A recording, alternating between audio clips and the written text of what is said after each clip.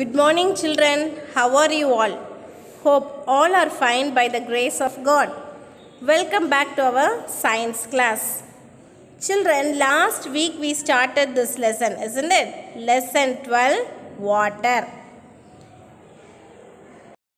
In that, we discussed that all living things need water to live, isn't it?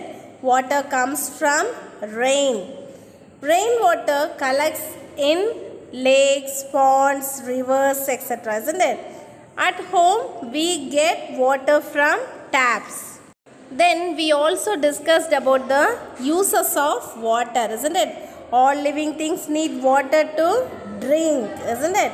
We should drink clean water.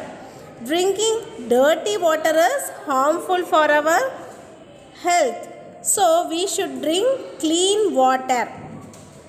See children, we can also use filter, RO system or any other water purifier to clean it. Okay. See, water is used for washing clothes. Then we need water for bathing, isn't it? Then we need water for cleaning vessels.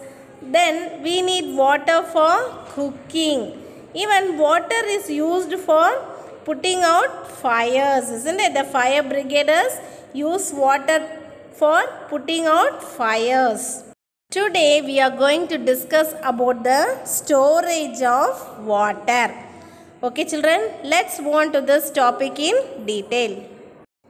See children, water can be stored in many ways.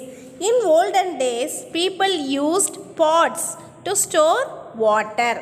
So, they used pots to store drinking water and even the water used for their household purposes.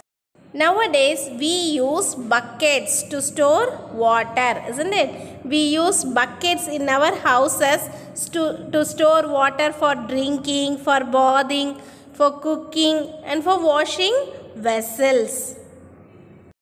Children, in cities, people store water in overhead tanks, that is like Sintex. See this picture? These are Sintex. They store water in this Sintex for household purposes such as for cooking, for bathing, for washing vessels and even for drinking.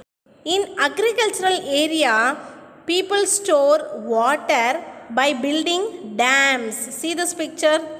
See this dam? They store water in dams for agricultural purposes. So children, water is very precious. We should not waste water. Okay? By this, we will end today's topic. Okay? Thank you.